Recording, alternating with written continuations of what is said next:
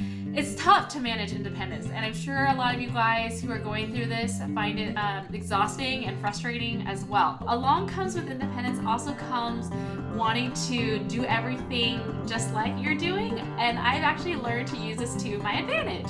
So now that she wants to be independent and she wants to copy things we're doing, she actually gets very excited when I say cleanup time. And so we'll be doing it together. So it's a nice bonding time.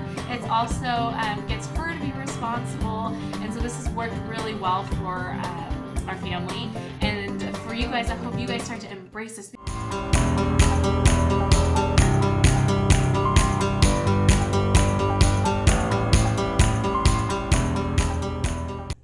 Hi folks, welcome back to my Mommy's Life channel where I share with you guys my journey as a first-time mom, dentist, and business owner. Now, if this is the first time you guys are tuning in, welcome. This channel is all about sharing with you guys tips, tricks, and motivation to get more things done, continue to dream big and meet your goals, as well as be that amazing parent that you seek to be. So in today's video, I want to share with you guys some tricks and pointers to deal with a very important phase in your child's development, and this is independence. Now, Caitlin started showing signs of this for probably about a month ago, and she's almost 2 now. At first, it was very exciting because she was being more vocal. She was telling you, what things she wanted. But then at times, it became very frustrating because it's usually at times where, I'm in a hurry or it's something that I really can't have her, want to do otherwise. And so it's tough to manage independence. And I'm sure a lot of you guys who are going through this find it exhausting and frustrating as well. So today's video is all about giving you guys 3 little things that will help you guys cope with this developmental stage. Okay, so my number 1 thing, first tip is you gotta limit their choices. What does this mean? It's basically don't allow them to have free reign to anything that they want to choose from, because one, they're going to take their time, they're going to keep switching their choices, and then you'll never get anything done. So I learned this very quickly when Caitlin would watch me open the sock drawer, which is always the top drawer next to her changing pad, and in the morning as we're in a hurry to get her to school, myself to work, she will sit there and ponder which sock she wanted. And in my mind, I don't really care. Just pick one so that we can move on. And it's super frustrating in the morning.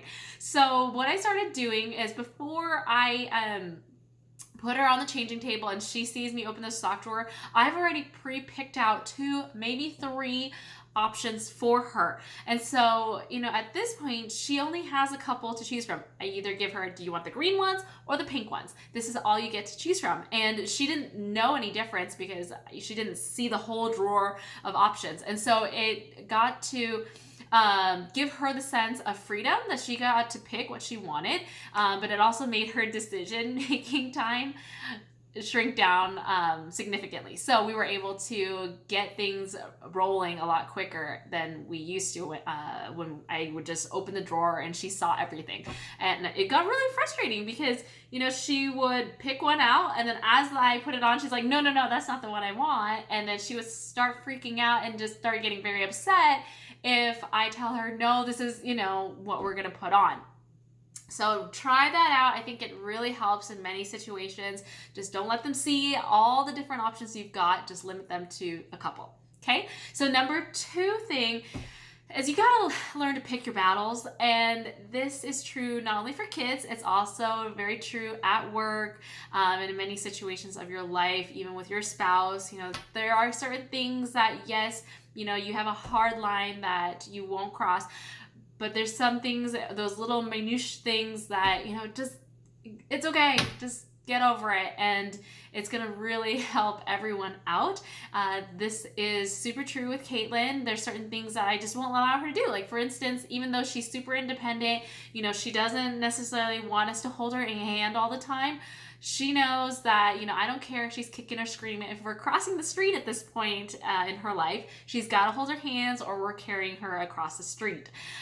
So those are things that I will absolutely say no to. However, if she wants to play with a certain toy, or she wants to pick out a certain thing to eat, sometimes I will just let her, because it's tough. You can't always say no to everything, and it gets very frustrating for everyone at times. So learn to pick out and prioritize what's really important, and those other little things, maybe just let it slide by. So that's number 2. Number 3 is you've just got to embrace this whole thing of independence, because it comes to a point where I think he or she won't be super excited to do some of the things that you want her to do. So along comes with independence also comes wanting to do everything just like you're doing. And I've actually learned to use this to my advantage. So for example, when it comes to cleanup time, I used to just pick up all her toys after she would go to sleep. But no, now that she wants to be independent and she wants to copy things we're doing, she actually gets very excited when I say cleanup time. And so we'll be doing it together. So it's a nice bonding time. It's also gets her to be responsible. And so this has worked really well for our family. And for you guys, I hope you guys start to embrace this, because there comes a point where they don't want to pick up things and you're going to wish that they did. And so this is the perfect time, because they're learning independence. You can teach them things to do, life skills around the house. For instance, another good one is Caitlin will want to put her garbage in the garbage can. So if after she's done with the Kleenex, she'll say garbage, and she'll walk herself over to the garbage area, and I'll open the drawer for her, and she drops it in. And then she gets very excited that she was able to do that on her own. So yes, there are times where independence is frustrating, but there's also a lot of little things that you can take advantage of them and use that to your advantage to train them and teach them life skills. So I hope you guys embrace this. If you're picking up stuff in the kitchen, if you're sweeping or putting away dishes, get them involved, because this is the perfect stage. They want to do it. They want to be just like you. And it's super fun. Like at nighttime, one of the tricks for us to kind of get her in that mindset of bedtime is she'll start to tuck her own stuffed animals in. It's really cute. She'll take her blanket, put it over her stuffed animal, start patting the stuffed animal's back and say sleepy time. And so part of the routine, she knows that when she starts to do that, we start, getting her to put her stuffed animals to sleep, it's also time for her to go to sleep too.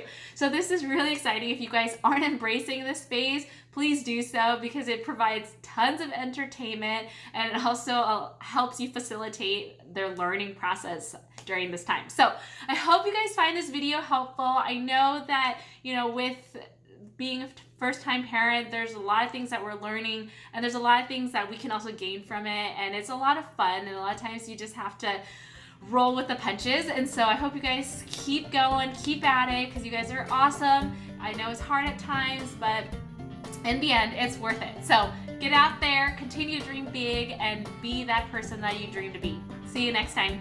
Bye.